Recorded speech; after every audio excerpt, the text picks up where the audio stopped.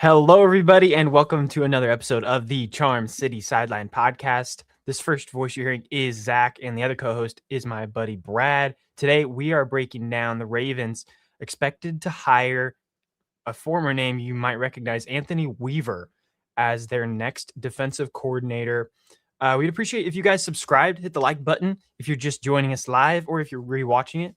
And I just wanted to give a shout out really quick to a niche group, I believe, an audio listener group. If you're listening to us through Spotify, through now Apple Podcasts, we appreciate you, along with YouTube gang. You guys are the best. Brad, this hire scratched me in a weird way. I'll get into it more, but I want to hear your opinion first. So, with the Anthony Weaver hire at DC, I feel pretty neutral about it. I'm definitely okay. I guess I should rephrase. I feel better than neutral. Okay. I feel good about this hire. There's multiple reasons. We talked about Anthony Weaver when they interviewed him for a head coaching job a couple weeks ago, and we were kind of dogging on him. We were saying that the Dolphins defense wasn't even good the last couple of years. And we mentioned, I think both of us said that we wouldn't even want him as a defensive coordinator. I will say, I said that assuming the Ravens were hiring an offensive coach. Anthony Weaver as a non-play calling defensive coordinator, in my opinion, is a completely different situation. Sure.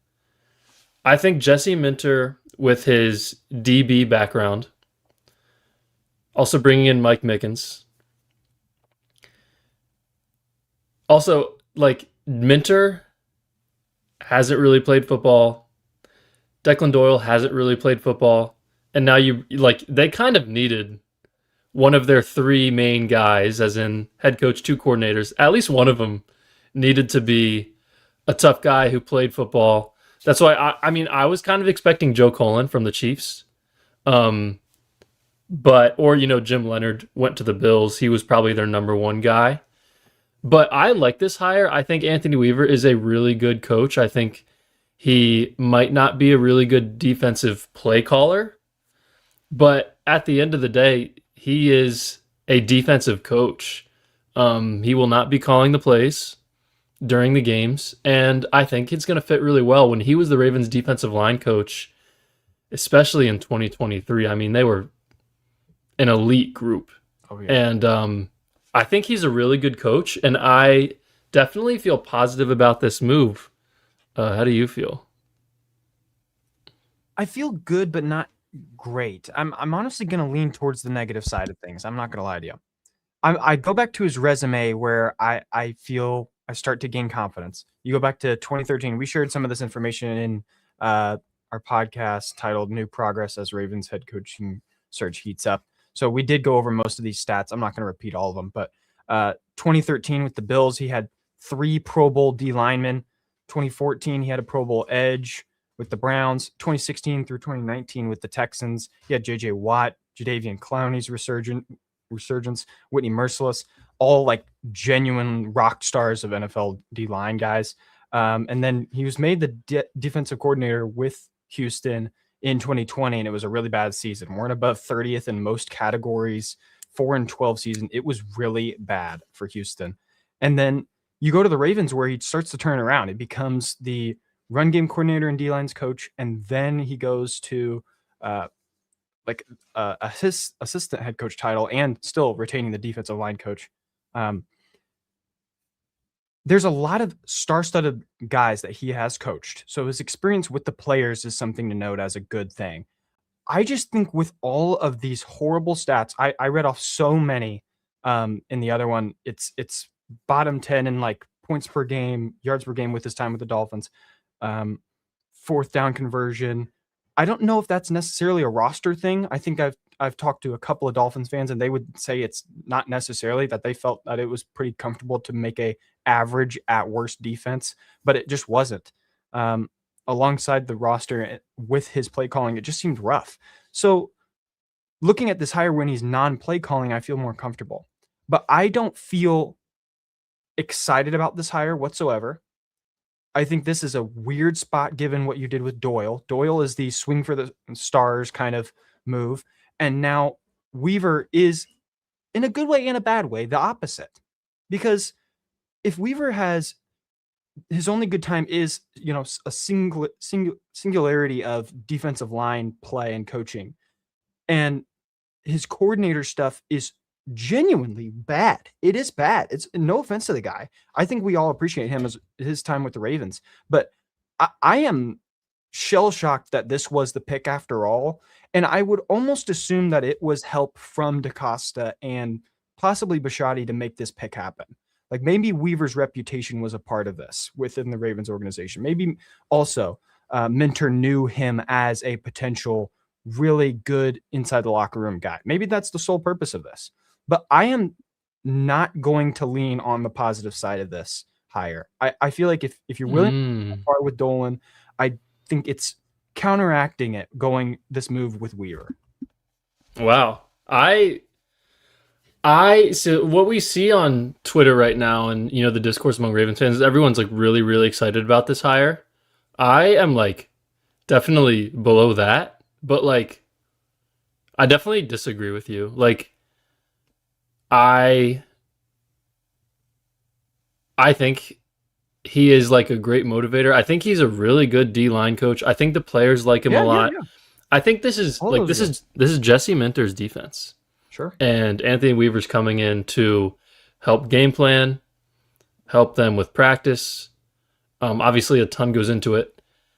He's going to be staying late at the facility, helping Minter prepare for the game, because obviously Minter's going to have a lot on his plate. There was... I mean, I kind of mentioned this right when we did the intro. DePlug commented, well, he's not calling plays and his leadership skills are going to complement Minter and Doyle well.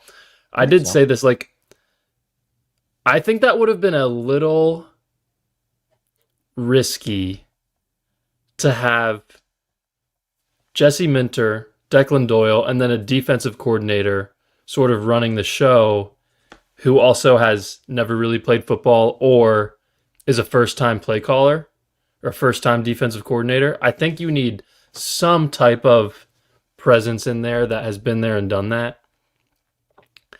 Has his defenses been good? No. He's been a defensive coordinator 3 years, like you mentioned. 2020 with the Texans, they were 30th in yards per game allowed, right? And then I will say with the Dolphins, because I do remember Zach in 2024 when he took the Dolphins DC job. Yeah. They were 9th in EPA per play. They were 12th in success rate. So they had a good defense in 2024. 2025, it was a below average unit again, a lot worse than below average. 27th in EPA per play in 2025. And they were 31st in success rate. So consistently bad, the Dolphins defense this past season. They did lose some guys. They traded Jalen Phillips midseason. They lost Ramsey. They did acquire Minkah Fitzpatrick. But I don't know. I like this hire. I guess I'm curious to ask you, Zach, who, with obviously Leonard gone, who would you have rather them hired here? I'll be honest, I haven't done a lot of research in that department. With just the guys that we talked about, I can go find the list. But if any of them were available that also had the, I'm going to say veteran experience, as in like he has a long time coaching and especially in this department, like maybe there's some name that would have jumped off the screen to me, but I'm definitely sticking pat to whatever we were talking about regarding Weaver back on that previous podcast, talking about these candidates and still saying I just wouldn't want him as a coordinator. When you talk about Doyle and advocating to someone, not advocating, amplifying someone like Ben Johnson's play this year with the Bears. If Doyle is getting the game plan for Ben Johnson to be successful, I don't feel the same about Weaver getting a game plan to be successful for Jesse Minter. And I truly believe that you're absolutely correct with Weaver being an excellent motivator, people person, and can definitely get across a message. If that's all Minter has him here for, then I guess that's fine. If his specialty is going to be with the defensive line, again, I'm okay with that. I'm really happy about that. Maybe you see someone like Jadeveon Clowney come back to the Ravens on a cheap deal. Like, how nice would that be to get a nice veteran who played some of his best ball of his career in Baltimore just a couple of years ago? He seems to have a really good connection with Weaver. So if you factor in people like Matabike and maybe a couple of what was the term that DaCosta used, like home run hits? I don't remember. Those players for the defense, then maybe we're talking about Weaver's job is just too easy to, game plan for guys that this roster provides. But I think that the Dolphins had a couple of guys they paid very good money for. Not to say that they're better in any way than the Ravens. I don't think they were. Someone like is it Sealer? I don't remember. Sealer, I think. He was paid like a genuine starting star defensive lineman. They have Bradley Chubb, a star edge rusher. They have Jordan Brooks, a stud inside linebacker. And they didn't really do too great on the secondary side of it, but that's not what we're talking about with Weaver. So if they couldn't really have a great job this season, as in Miami alone, I'm not sold in any way on Weaver besides what we talked about. Like, if that's really all it's going to be chalked up to with Minter, so be it. I'm a happy man. But when we're talking about providing a game plan for Minter to call the game and be successful, that doesn't make me comfortable. It's definitely it's obvious. It's definitely a collaborative effort. Like, I just really trust Minter a lot with. I do too. This, like, Sean McVay had Mike LaFleur as OC the past couple of years, and I think some people had questions about him, and we obviously haven't seen much of an issue with the Rams offense the last couple of years. Like, I said this earlier, like, if the Ravens hired Clint Kubiak, Nate Schulhouse, Davis Webb, and hired Anthony Weaver as their defensive coordinator, I would not like that hire. But the fact that he's not calling plays, I am fine with it. I think he will be great for the defensive line. I think he'll be a great motivator in the locker room and on the sideline when Jesse Minter is occupied. Something interesting, I just was looking at the Dolphins in terms of EPA this past season, 2025, when trailing EPA per play, 32nd. When leading EPA per play, 18th, which is a crazy difference. And I just feel like I don't think he did a bad job with the Dolphins. I would be concerned, and I remember being concerned when the Ravens hired him as a defensive line coach in 2021. And he had just been the Texans defensive coordinator in 2020 that you mentioned, and they had one of the worst defenses of the decade. Yeah, you're right. I was concerned then when they hired him as a D-line coach. I was like, if this guy's a terrible defensive coordinator, is he going to be able to coach the D-line well? And he did, and did a great job. You mentioned Clowney had that really great year. Matabike, 13 sacks in 2023. This is really coming from, I just really trust Jesse Minter. And I don't think Anthony Weaver is a below average coach. I think he's a pretty good coach. I just wouldn't want him calling plays. Comment from Minx, shout out Minx, member of the channel. Shout out. Right, it's going to be a collaborative effort, not to mention that locker room needs motivation because Orr didn't do that, in my opinion. Yeah, and people talk about how Anthony Weaver is a great motivator and a very impressive guy to talk to, football demeanor. I have sort of compared him to Dan Campbell a little bit. He kind of reminds me of Dan Campbell. Yeah. Where I would say, Zach, what I thought when I saw the notification right away is Jesse Minter, obviously, you could probably say the best head coaching candidate in this cycle, maybe second best behind Clint Kubiak.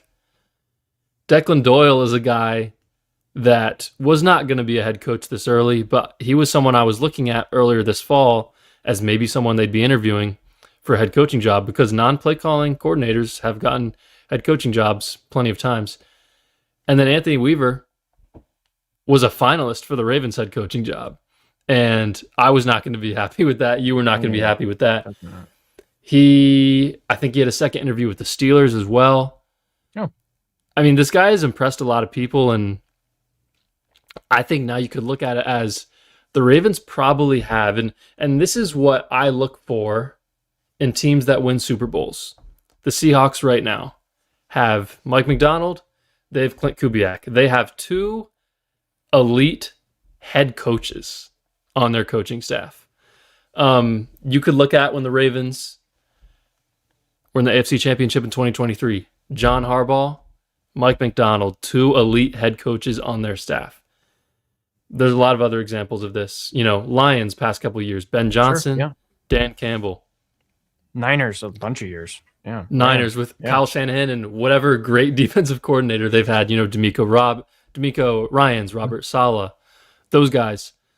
You look at the Ravens coaching staff now, their big three, I guess you could say. And I think Declan Doyle is going to be a head coach in 1 or 2 years. And I think Anthony Weaver is probably going to be a head coach in 2 to 3 to 4 years. And you could be looking 5 years from now, Declan Doyle and Anthony Weaver are both above average head coaches of NFL teams. And I think this could be a really good situation for the next year, hopefully 2 years. You have these three guys together, Doyle, Minter, and Weaver. And I think you're really looking at 3 head coaches on the same staff. And that's what really gets me excited about this move. That's incredibly valid. And even going back to his past with what I mentioned in constant Pro Bowl D linemen, making stars out of kind of nothing and no names out of nothing along that line, and especially in his time with the Ravens, excelling them to another level in demanding superstar statistics from someone like Matabike, and then also getting the most out of someone he's comfortable with in Clowney. And those seasons, not having guys like Mike Green, like guys hopefully that maybe in this draft as well, that we feel would be moving into the upper echelon of rookie talent, young talent, to provide stats, good sacks, and run defense along the defensive line, like someone like Green and maybe Tavis, whoever they bring back.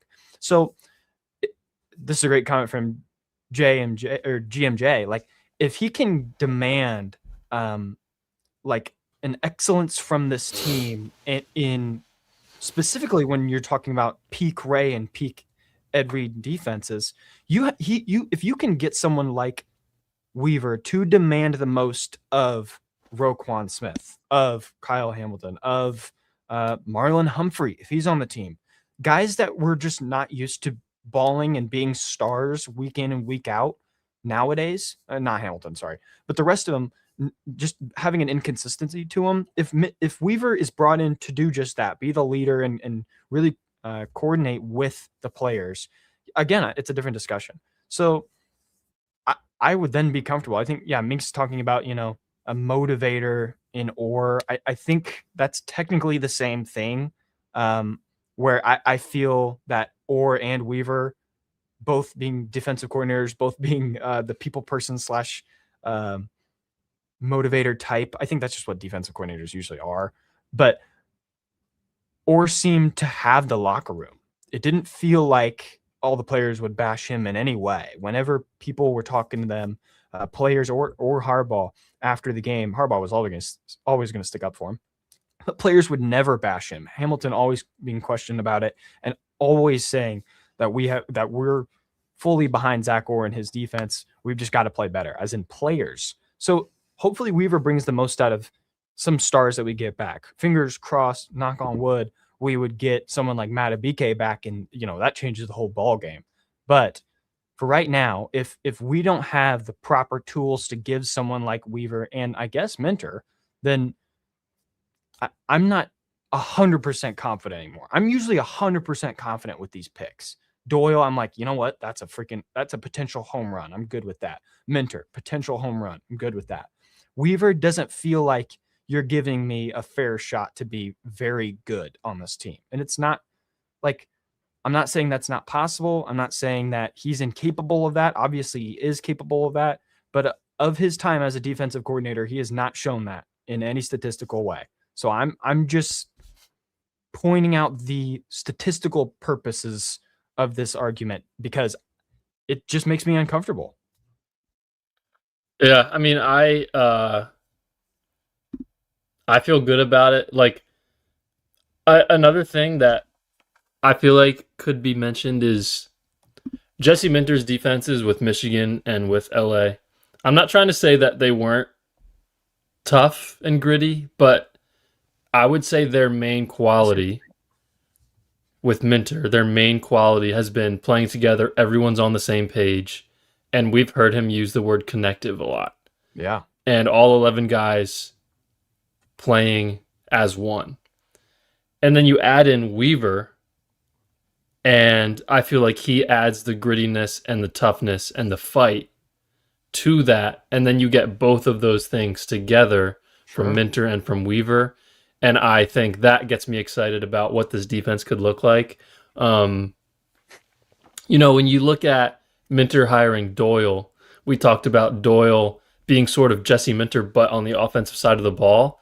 And then you also bring in Dwayne Ledford, who I feel like is kind of like the Anthony Weaver of the offense. He's not the offensive coordinator, but he's going to be doing the run game and coaching the offensive lineman. You have that sort of older guy who gives off, toughness, gritty vibes, along with the genius whiz, Doyle, Ledford, Weaver, Minter. And I think those combinations together go really, really well. And that's why I think the Weaver hire makes a lot of sense to me. Yeah, I can totally get behind that. KP, Weaver better than Zach Orr. Yeah. Yeah, Zach, would you rather have Zach Orr or Weaver as a non-play calling defensive coordinator? Sadly, yeah, Zach Orr just burnt me too bad. We love Zach Orr, but man, the inability, I guess you kind of saw it with someone like Weaver too, where their 2 years as defensive coordinators, you go from one season of a slow incline, and in Miami's case, a pretty higher incline, a better result as in the end of the season. And then the second year, nothing to follow it up. There's no consistency. And that's what that's what you get this far into the coaching cycle too. Like defensive coordinators, like the great ones, maybe someone like Schwartz, I guess, is technically available. I don't really know how that's all going to work out, but even then, you're bringing in someone that might not have the best looking resume at all times. I can definitely get behind Weaver. It's not like a end all be all. This is the worst hire ever kind of take. I'm just sitting here unsettled about his past, going over what we went over in that head coaching search and doing the background research. The interview process with whether it's Minter, DaCosta, Machadi, players must have been extremely impressive to have Weaver still around for this type of stuff, because just looking at stats, I don't know how that would even be a case for an organization as coveted as the Ravens. I think it was, and obviously we see him. I feel like he might have been their like second or third maybe guy for the head coaching position. Yeah. And I think when you look at it from a Ravens perspective, who I disagree with plenty, this is a guy they would have been okay with hiring as their head coach, and now he's their non-play calling defensive coordinator. I would definitely look at that as a win. So Zach and I obviously agreeing to disagree about this hire. I can totally get behind what you're saying. I genuinely do agree with you. I just think when I'm looking at stats, that's all. Yeah, like, and that's fair. That's fair. But I would say we agree to disagree. Yeah. Before we wrap this up, I feel like we should just give a quick update on where the coaching staff lies right now. So obviously now they sort of have the head coach, OC, DC, with Minter, Declan Doyle, Anthony Weaver. On the offensive side of the ball, they have no quarterback coach yet. They interviewed, I think, Ronald Curry from the Bills, or he had been with the Bills in the past. Doesn't seem like they're going to keep T. Martin there, which he does seem to have a great relationship with Lamar, but I think Jesse Minter is kind of trying to go with a clean slate on the offensive side of the ball. No running backs coach yet, no receivers coach yet, but they have interviewed two guys. I'm struggling to remember. Is it Prentice Gill, maybe? Was one of the guys they interviewed for the receiver position. And then another one was an assistant with Jacksonville. Both of them young guys. But no one hired yet. No tight end coach hired yet. But they do have the O-line and run game coordinator. We mentioned Dwayne Ledford and assistant O-line coach Sean Flaherty. So a lot of work to do still on the offensive side of the ball in terms of position coaches. Defense still have no outside linebackers coach, no D-line coach, but they do have a DB coach in Mike Mickens. Inside linebackers coach, they are retaining Tyler Santucci. And then PJ Volker from Navy, actually, they hired today. That's a cool one. Yeah. As an assistant from Navy. Him and Minter have been close, good friends for a while. And then obviously they were able to keep Randy Brown, which I think I was pretty surprised about. I was kind of expecting him to follow John Harbaugh. I was too. So for anyone who doesn't know, Randy Brown kind of works very closely with the kickers and the holders and the long snappers. One of the few guys in the NFL that is like legitimately a kicking coach and helps out a lot with that. You guys have probably seen him working one-on-one with Tyler Loop a lot. No special teams coordinator yet, which we'll see about that. I know Minter elected to not retain Chris Horton. So still looking for someone there. And then they did hire Charlie Gelman as a game management coordinator who looks like he is 25 years old. But I think he's in his early 30s. He's been an analyst with the Colts for a little bit. Any thoughts on any of those? Do you have the list of what Randy Brown's technical title is then? I do not, but I'll look it up real quick.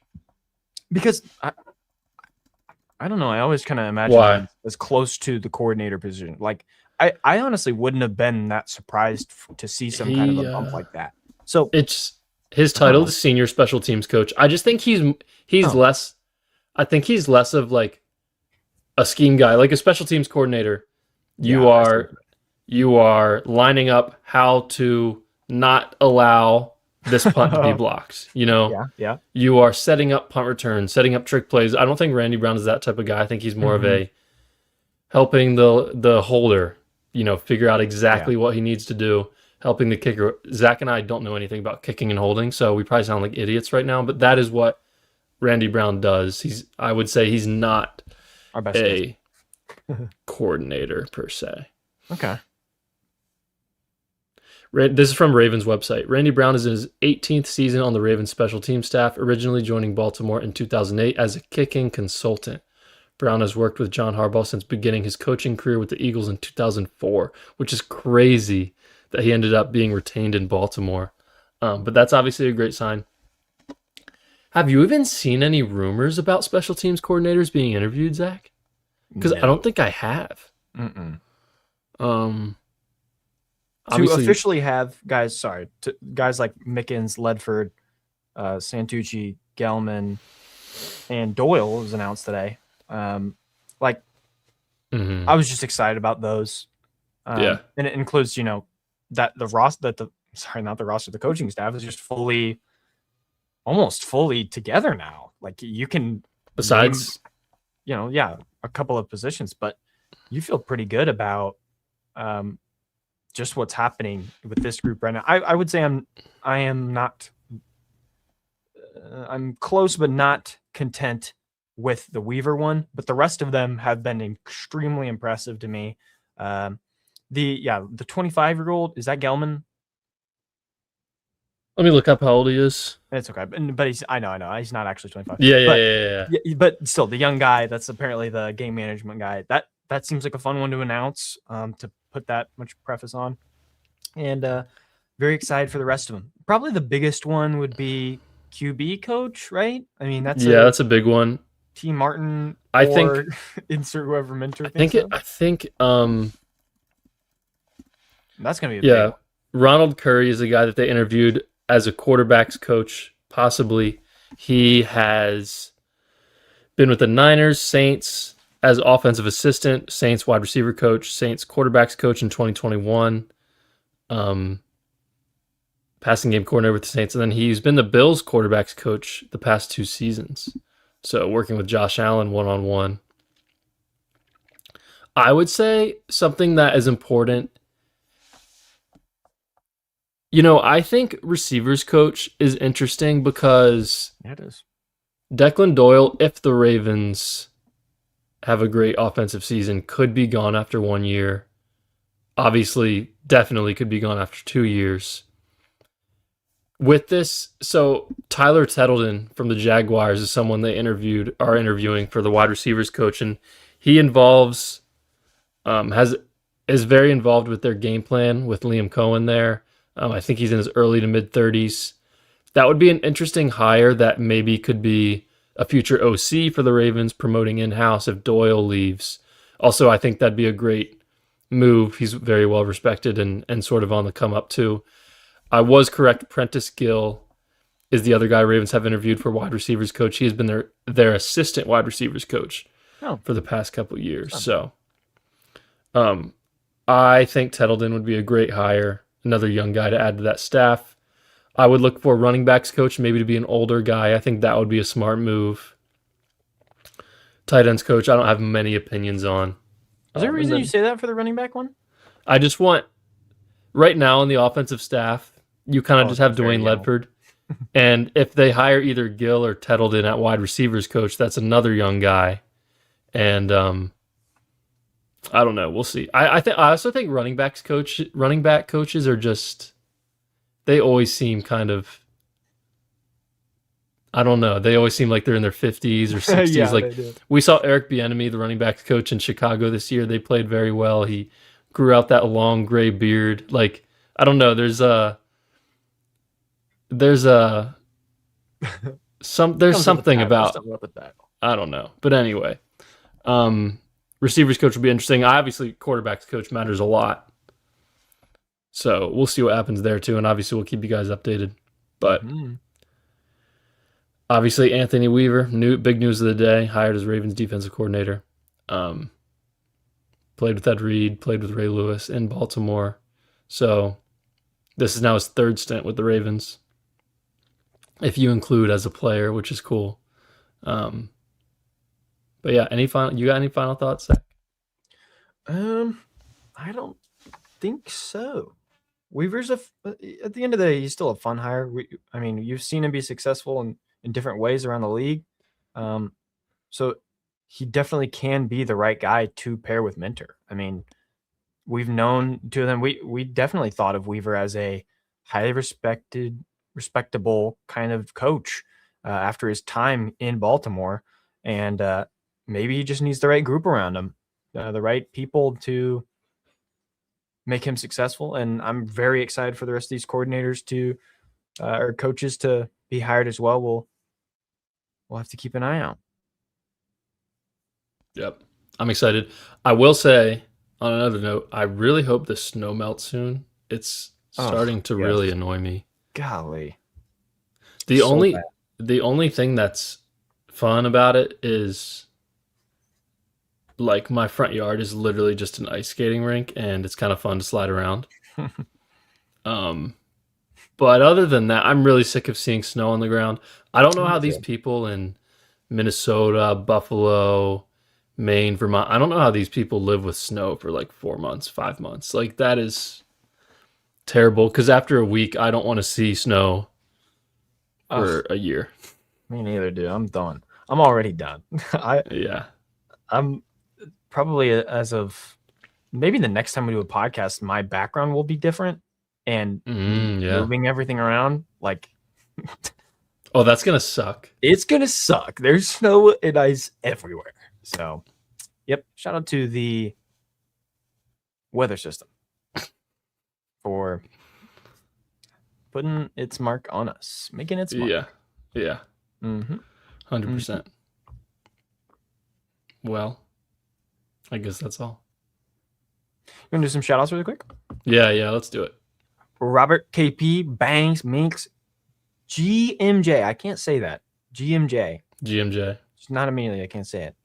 The plug. Carson was in here. Big shout out to all of you guys. Everyone that's liked the video, subscribed, If you have not already, we appreciate it. Rate us 5 stars on Spotify or Apple Apple. Podcast. We want to, look good on there, and we appreciate all the help from you guys to do so. And we will see you guys in the next one. Peace. See you guys.